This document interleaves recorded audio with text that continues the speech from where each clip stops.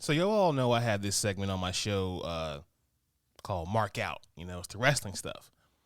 And it just seems like for the past few weeks, every time there's a Mark Out segment, I'm talking about Vince McMahon. And I'm honestly tired of it. There's a story about him that came out this week as well with the settlement for the allegations that he had. I'm just kind of done talking about the guy. You know, you can only show us how much of a scumbag you are so many times before we're done with you. And I'm just done with him. I'm done. Like, with this whole scandal he has going on and the allegations and the sexual harassment and paying women off. Anything involved with that, man, I'm just kind of done. I'm done. Unless, of course, the news story comes out that he's going to jail. Yeah, I'll probably talk about that. But yeah, I'm kind of done talking about Vince. I'm done with the guy. It just all the news about him just kind of brings my mood down, and I don't need anything that's not giving life to me. So until otherwise has been said, DYSG is no longer talking about Vince McMahon. We're done. Ladies and gentlemen, blurs and nerds, freaks and geeks, this is Do You Speak Geek? DYSG, keep it real, that's key. We the best OGs, dope topics, come see. DYSG, keep it real, that's key. We the best OGs, dope topics, come see. I got a question, do you speak geek? New episodes on the podcast dropping each week. Get hip to the game, I'm giving y'all a sneak peek. Flavor for your ears, bars flowing on unique beats. Blurs and nerds, freaks and geeks. The Source Wall Wednesday dropping comics you should cop. I think you'd ought to peep. Don't sleep on Dono and Nix. They preaching the gospel, real ish, ill like mono, they sick. Thumb life if you're into games with combos and kicks. This podcast is a gift, it's as real as it gets. Blurs taking over, with clever marketing we gain exposure. Feeding the community magic, your boy's a nerd promoter. The dialogue is Jimmy Crackcorn, we aiming for gold. The truth was told, I can't speak for other platforms. Sharp as cats out like knives, claws, and tack thorns. We blacking out, going crazy like a black storm. DYSG, don't forget to follow back. Hosting on the airwaves, always keeping it a stack. Flowers to my haters, psych, I ain't giving y'all jack. Number one on the charts, give your boy a gold plaque.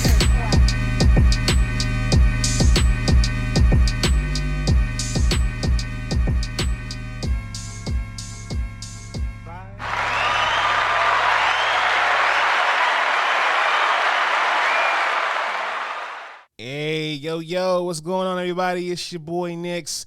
I am your boy, Nix. I've been Nix for a while now. Y'all don't understand like how long I've been Nix. It goes back way further than DYSG. Just say it, if y'all know my history. But yeah, this is the podcast, episode 141. Thank you all for joining us. I hope you all have been having a great week. Hope everything's been great with y'all. Subscribers, followers, fam, friends, thank you all for checking in. Thanks for all who've been rocking with us thus far. But if you're new here, welcome to Do You Speak Geek? This is the podcast where we bring you all the latest and greatest inside of the geek realm. Shout out to Spreaker. That's the home team. But wherever you get your podcast, please be sure to subscribe to Do You Speak Geek. And don't forget to follow us on social media. Facebook at DYSGFB. Twitter at DYSG_tweets, Twitch at DYSG_games, and Instagram, TikTok at Do You Speak Geek. The YouTube channel, the only place where you can find the Donald and Daddy Show. Please be sure to like, subscribe, Hulk, smash that bell for all notifications, and leave comments. We want to know what you guys think. New video just dropped, DYSG casting call. Yeah, we have casted the hypothetical Dragon Ball Z Saiyan Saga movie. I want to know what you guys think. Hit that up. Let us know what y'all think in those comments, all right? And leave suggestions. We have other properties that we haven't thought of yet that we might want to fan cast. So, what would you guys like to see? Hit us up. All right, people, let's go ahead and get into the show, y'all. We got a jam-packed show. Let's go ahead and get into it and do what we do about this time. Let's speak geek. Suit up. I wanna be the very best. Talk nerdy to me. Are you ready?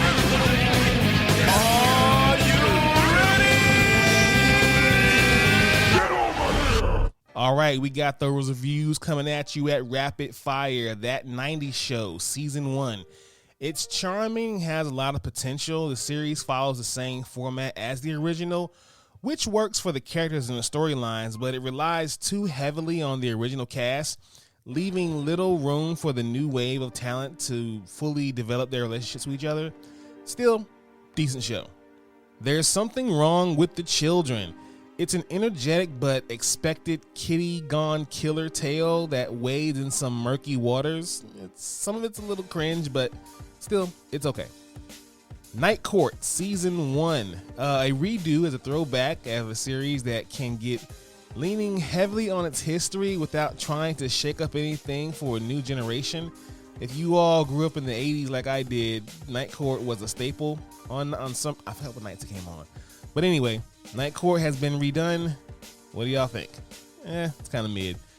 And last, we have Fire Emblem Engage. It proves itself worthy enough to be counted alongside the legacy it honors so well. Dope installment there of Fire Emblem. Y'all check that out. Let's go ahead and hop into my favorite portion of the show. Y'all know the vibes. Source Wall. Man, you come right out of a comic book. Behold the source wall. Can you read, my son? Well, that depends. There is nothing wrong with reading a story and looking at the pictures. Enough said, Stan. Let's hop right into it. The pull list this week, we have Action Comics 1051. Whew. It begins a new format for DC's most action-packed title, offering not one, not two, but 3 epic adventures of Superman and the entire Super family. Following the bombshell events of Action Comics 1050, the world's relationship with Superman is forever changed. The upper limits of his supercharged powers have yet to be reached, and the House of L's transformation of Metropolis, led by Steel, has begun. But Lex Luthor has found the perfect instrument in which to undo everything Superman is working to achieve. Metallo, whose hatred of Superman is matched only by his hatred for Luthor himself. Then, in Lois and Clark 2, Doom Rising, Dan Jurgens and Lee Weeks return to tell the tale of young John Kent on the farm with his parents, learning about his abilities, coming of age, and battling the Doombreaker? And finally, Power Girl returns in part 1 of a 3-part story spinning out of the Lazarus Planet. This issue marks the first appearance of new characters, new costumes, and a new era of Action Comics. It all starts here. Yo, this series is going to be pretty dope. I'm not sure if anyone read the last one, 1050, but yo, my man Lion wasn't lying. The Superman versus Goku debates are over. Just saying. Sins of Sinister. Oh my God. This one's spinning out of X-Men Immortal. Oh my God. Immortal X-Men. Oh my God. It's the end of the world as we know it. And at least Sinister feels fine. That's good. For now, can that last? Especially when we discovered that he really is his own worst enemy. The universe melting X event begins here, in a horror timeline that makes Age of Apocalypse look like the X-Men swimsuit special. Ooh, you gotta be real old to get both of those references. Join Kieran Gillen as he kicks off the X-Men crossover Sinister has been planning since the beginning, and is going to have to see through to the bitter end. Oh boy, let's get it. Teenage Mutant Ninja Turtles, The Last Ronin, The Lost Years, #1. So in this smash hit miniseries, TMNT, The Last Ronin, readers witness the final gut-wrenching days of the heroes in a half shell. For Michelangelo in particular, the march to his heartbreaking last battle was long and dangerous, taking him from New York City to Japan, across Asia and Europe, and then back home again to administer final justice against those guilty of killing his family. But what happened during those fateful years when he had only the need for vengeance and Master Splinter's journal to guide him? What battles did he fight? What hard lessons did he learn? The time has come to find out as original miniseries writer Kevin Eastman and Tom Waltz join artist Ben Bishop to reveal what adventure the Last Ronin experienced during his vengeful journey.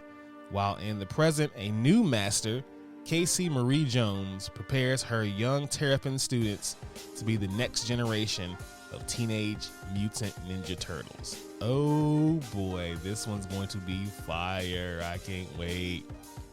Here's a sleeper pick. Darkwing Duck number 1. He is the terror that flaps in the night. He is the ferocious fowl who plucks the evil eye from the face of foul play. He is Darkwing Duck. Had to take it there. Alongside his trusty sidekick, Launchpad McQuack, Darkwing hyper-vigilantly defends St. Canard from the dastardly, devilish demons who would wage wanton war. Ooh, try to say that 5 times fast. By night, our caped defender lurks in the shadows, striking fear and maybe confusion in the heart of the criminal world. But by day, no one suspects that Darkwing is also mild-mannered Drake Mallard, a well-meaning father to his adorable adopted daughter Gosling. Can Darkwing successfully navigate his 2 separate lives, all while looking incredibly cool and impossibly handsome?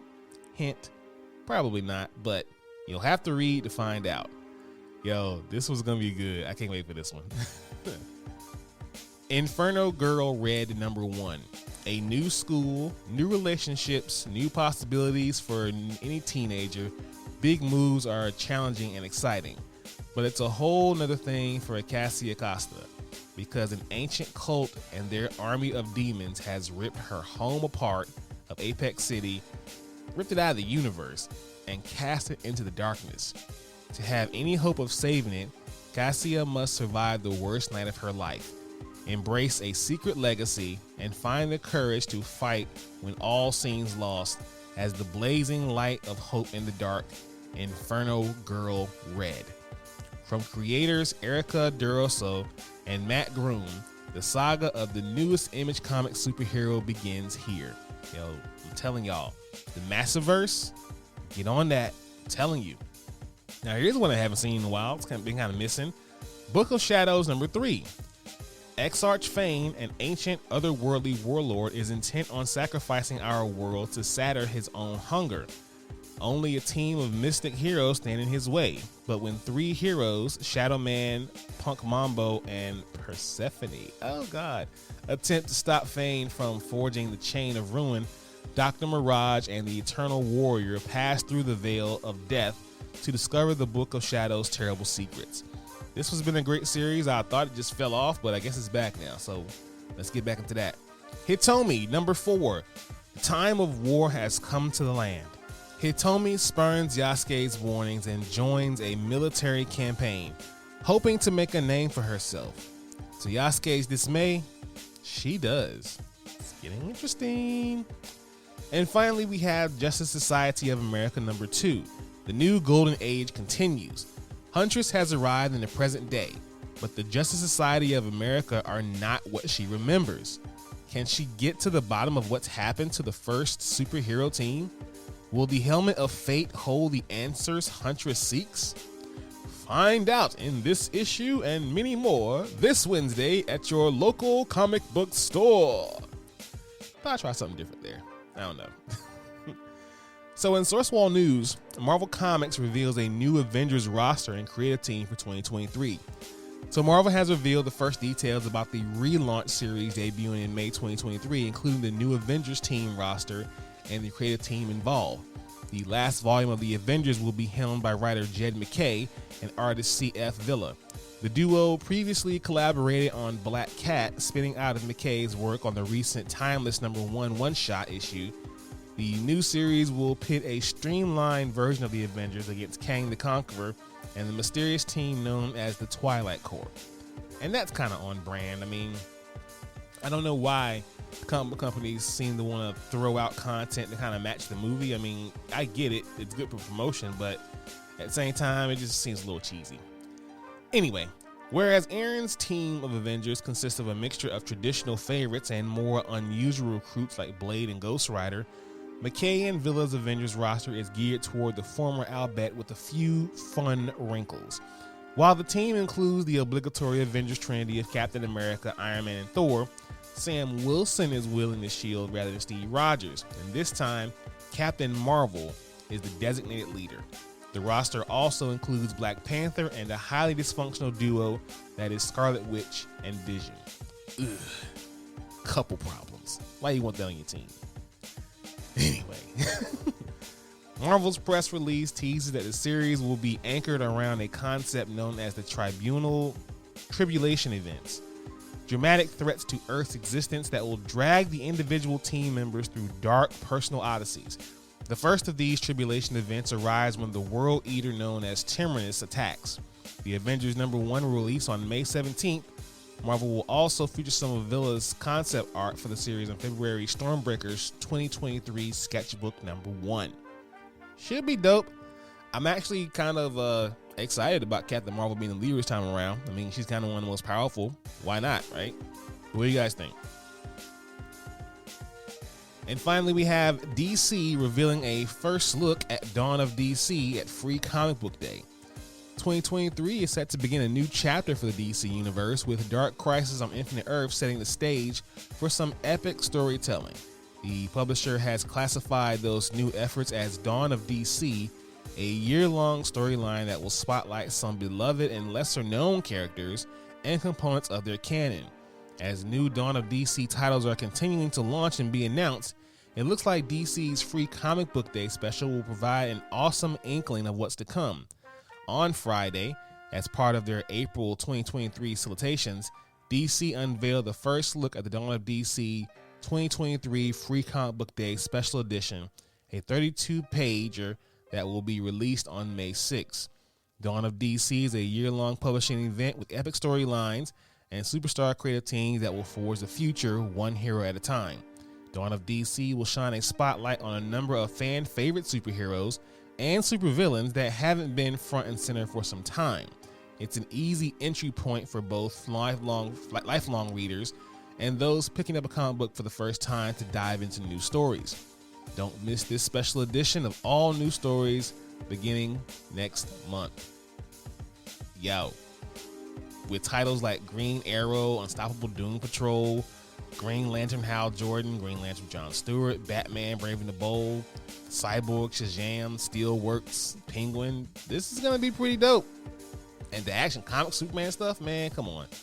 DC's going to be up when it comes to comics. Let's get it. All right, y'all. Let's watch this. Watch this, y'all. Thunder! Thunder! Thunder! The Lannister always pays his debts. Whoa, dude. I am the villain of the story. Okay, guys. Rainbow Six movie starring Michael B. Jordan? So John Wick director Chad Stahelski will direct Michael B. Jordan in the Tom Clancy sequel Rainbow Six as a follow-up to 2021's Without Remorse. According to The Hollywood Reporter, Jordan will reprise his role of Navy SEAL and CIA operative John Clark, who has appeared in numerous Tom Clancy novels, first in the Jack Ryan series, then in his own spin-offs like Without Remorse and Rainbow Six. The movie will adapt from the same novels that Ubisoft has based their video game series on. In an interview with IGN, Jordan described Without Remorse as a more personal story, but a sequel that could be more action-packed and skew closer to the same material covered in the video games. See, that's my guy, Jordan, man. Michael B. Jordan's a blurred. I love him for that. Yeah, but this movie should be pretty dope. What do you guys think? Rainbow Six, looking forward to it? Let's see.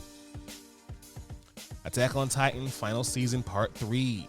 It's going to be split into two halves, the first of which will premiere on March 4th, though the alleged final season has technically been running for the past 2 seasons. Part 3 should be the absolute end of Attack on Titan, as there is no more manga to adapt. The episode airs at 12:25 a.m. in Japan, meaning 7:25 a.m. Pacific Time and 10:25 a.m. Eastern Time. and it should be on Crunchyroll soon after. Those specific times have yet to be announced. No release date has been given for the second half of the final season 3, but it was at least confirmed to arrive this year, meaning fans shouldn't have to wait too long to see the finale. Man, some of y'all are not gonna know what to do with yourselves. You're gonna be distraught. You're gonna be stressed. You're gonna be felt abandoned. Oh man, AOT, man, a legendary series nearing its end. What a ride. Speaking of legendary series, The Mandalorian Season 3. Man, that trailer. Whew. Okay, so the trailer dropped, and of course it features Din Djarin and Grogu reunited to head to Mandalore. Familiar aliens and droids, battles aplenty, and Grogu using the Force to take down an enemy, which was epic. The trailer begins with Djarin speaking about what it means to be a Mandalorian, how he's going to Mandalore so that he may be forgiven for his transgressions. We also get a glimpse of the many characters that will be part of the new season, and they include aliens like the Kawakan monkey lizard, Delicious B. Crumb, and Anzelians. If the name Anzelian doesn't ring a bell, they are the same species as Star Wars The Rise of Skywalker's Babu Freak. We also get a look at co-pilot droid Darren N1, who very well may be R5-D4, the same droid Owen Lars purchased from the Jawas in A New Hope before R2-D2. So, the trailer features a ton of Mandalorians and will take part in the upcoming battle for Mandalore, a shot in a bar filled with droids like astromechs and B1s, and what appears to be the Djarin's encouraging Grogu to take a more active role protecting himself, as he says, "This is the way." Mandalorian is so good. Oh my God, it's so good. It's so good. It's so good. I love this show so much. What do you guys think? Trailer, epic or not? Oh my God, insane. It's epic. Don't even ask that question. It's epic. Cobra Kai. The end is upon us, guys. The beloved series has been renewed for its 6th and final season on Netflix. Quote, reacquainted with the world that Karate Kid universe has been an humble honor. This was written by the creators of the show, Josh Harold, John Hurwitz, and Hayden Schlossberg. In a statement, making Cobra Kai has allowed us to join the same hallowed dojo once inhabited by the great Robert Mark Kamen, John Advizen, and Jerry Wintertaub, and all the amazing original cast members. It has also enabled us to play Sensei, expanding the original storylines and birthing a new generation of underdogs. We've never once taken this opportunity for granted. They continued, one day our goal with Cobra Kai has always been to end in our terms, leaving the valley in the time and place we've always imagined. So it's with immense pride and thankfulness that we are able to announce that achievement. Man, Cobra Kai is ending. I'm going to hate to see it go because I love the whole Cobra Kai, Karate Kid, mythos, if you will. So hopefully this last season is epic. Hopefully it is. Speaking of Netflix, the Mighty Morphin Power Rangers reunion special is coming soon. So, the series that kicked off Power Rangers phenomenon 30 years ago, and some of the original cast members are reuniting for a standalone anniversary special titled Mighty Morphin Power Rangers Once and Always. The reunion is set to hit Netflix on April 19th. On Twitter, David Yost, the OG Blue Ranger, shared a logo and some photos of the upcoming special. According to Entertainment Weekly, the special stars Yost, the original Black Ranger Walter Jones, Pink Ranger Catherine Sutherland, and Steve Cardenas, aka Rocky, Karen Ashley, aka Aisha, and Johnny Young Bosch, aka Adam. Entertainment Weekly also described the special, saying the Rangers will come face to face with a familiar threat from the past. In the midst of a global crisis, they are called upon once again to be the heroes the world needs. Inspired by the legendary mantra from the franchise, once a Ranger, always a Ranger. Once and always reminds everyone when you become a Ranger, you are always part of the Ranger family and always welcome. Well, that can be said, but a lot of fans are wondering that does not apply, why that doesn't apply to Amy Jo Johnson, aka the OG Pink Ranger, who was noticeably missing in replacement of Catherine instead of having, Kimberly. So like, why wasn't Kimberly involved? Well, here's what she had to say. For the record, I never said no to the reunion. I just didn't say yes to what was offered. But other stuff is still in store. Looking forward to watching my friends kick ass. So guys, you can't get mad at her for that. They probably lowballed her to come back. And with things of equal pay and women need to be compensated properly to be paid on the same level as everyone else, I completely agree with her. But, we'll see. Maybe that's not the case. Maybe she wanted more than everyone else. Who knows? Whatever. But she has her reasons, and you gotta respect that. And finally, people, Invincible Season 2 is coming. We finally have some news and a teaser featuring Mark Grayson and Alien the Alien chatting at a burger bar. Prime Video announced that the series is set to return in the second season late 2023. Trailer was dope. Very funny, very tongue-in-cheek, very meta. But yeah, we finally have at least a release window for Invincible Season 2. I'm excited about it. I hope it's great. Yeah, Invincible. Let's get it. All right, y'all. Let's hop into Thumb Life. Peace, love, and video games! It's on like Donkey Kong.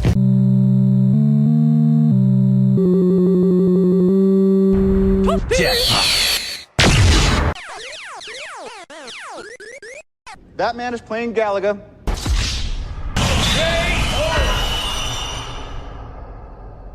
Okay, gamers, y'all, check this out. This has pissed me off a little bit because I've spent a lot of money on this game. I don't want to say how much I've spent. I don't even want to really admit that I spent money. But nonetheless, here we are. Marvel's Avengers. A little more than 2 years after its original release, Crystal Dynamics is preparing to end active development on Marvel's Avengers, a decision it says it undertook in conjunction with our partners. According to a blog titled Final Update on the Future of Marvel's Avengers, which by the way, they posted on Twitter, and when you first clicked it, the fucking link didn't even work. Support will discontinue on September 30th, after which digital purchases will no longer be available.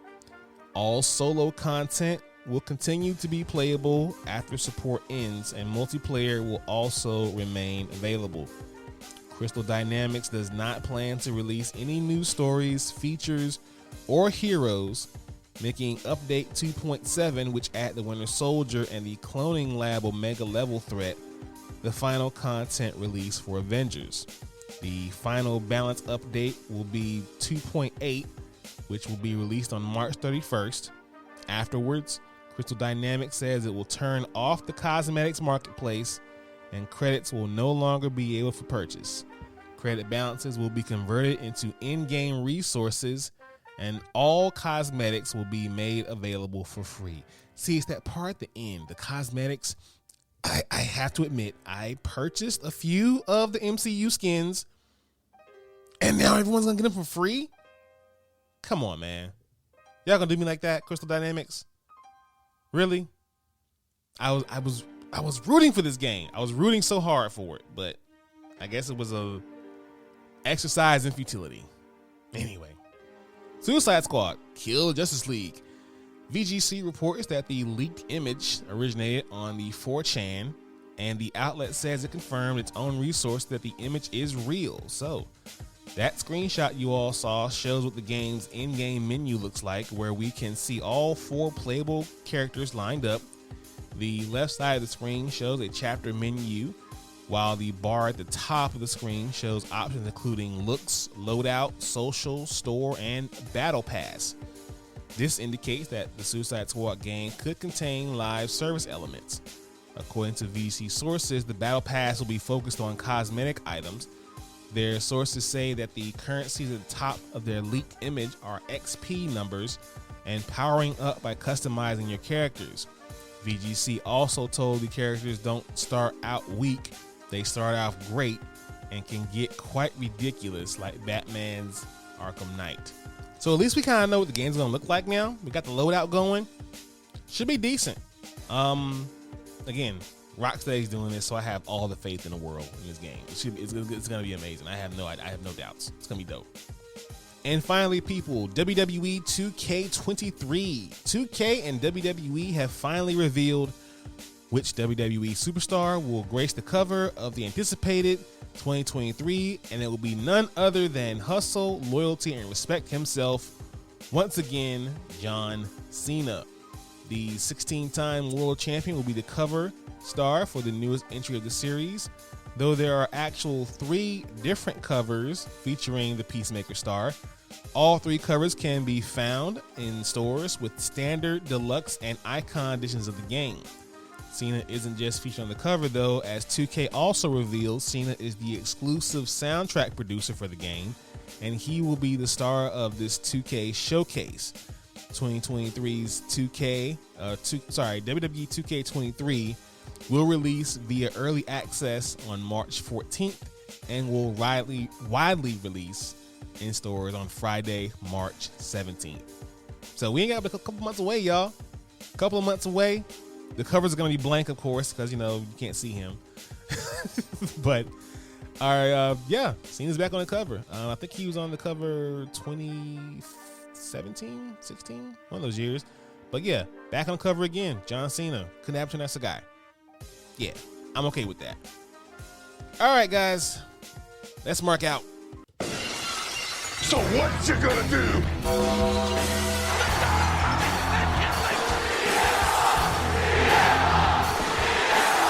Goodbye and good night.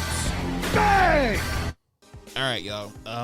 This one is a heavy story. Jay Briscoe. The professional wrestling world lost one of its most valued stars this past week. Jay Briscoe, real name Jamin Poo, passed away following a car crash in Delaware at the age of 38. Shortly after the news was made public, dozens of wrestlers from across the industry poured out their support and love for the late Ring of Honor Tag Team Champion, with stars from AEW, WWE, and the independent scene sharing fond memories of Briscoe while also praising him as a friend and a father.